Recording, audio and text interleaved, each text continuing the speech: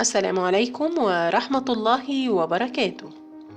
تخفيف الوزن بسرعة. كيف نخفف الوزن بسرعة؟ نتبع نظام غذائي، وفي اليوم الأول وجبة الإفطار عبارة عن شريحة خبز أسمر أو توست وفنجان من القهوة أو كوب من الشاي الخالي من السكر وقطعة من الجبن القريش غير المالحة. وجبة الغداء شريحة من التوست الرجيم وعلبة من تونة دون زيت. وجبة العشاء 6 ملاعق صغيرة من الفاصولياء أو تفاحة وصدر دجاج مسلوق أو مشوي ومنزوع الدسم.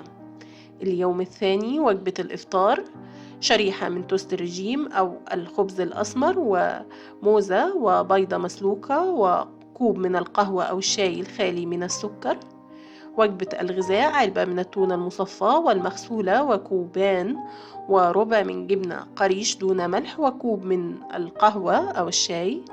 وجبة العشاء شريحة من صدر الدجاج المشوي أو المسلوق أو شريحة من الديك الرومي، بروكلي ملفوف، كوب كبير من الزبادي الخالي من الدسم. اليوم الثالث وجبة الإفطار شريحة من توست رجيم، فنجان من القهوة أو كوب من الشاي، قطعة من جبنة قريش. وجبة الغداء وجبة شريحة من الخبز الأسمر، شريحة من التوست وفنجان من القهوة أو كوب من الشاي الأخضر وبيضة مسلوقة.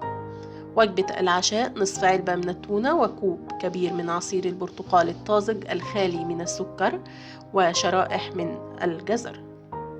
نصائح لتخفيف الوزن: الالتزام بممارسة التمارين الرياضية بشكل يومي ولمدة لا تقل عن نصف ساعة.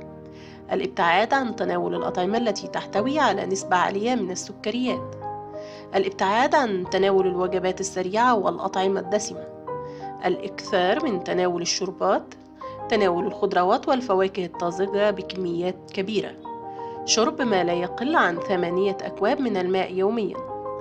الحصول على ساعات كافية من النوم ليلا. الابتعاد عن مسببات القلق والتوتر. شكرا ودمتم بصحة وعافية، والسلام عليكم ورحمة الله وبركاته.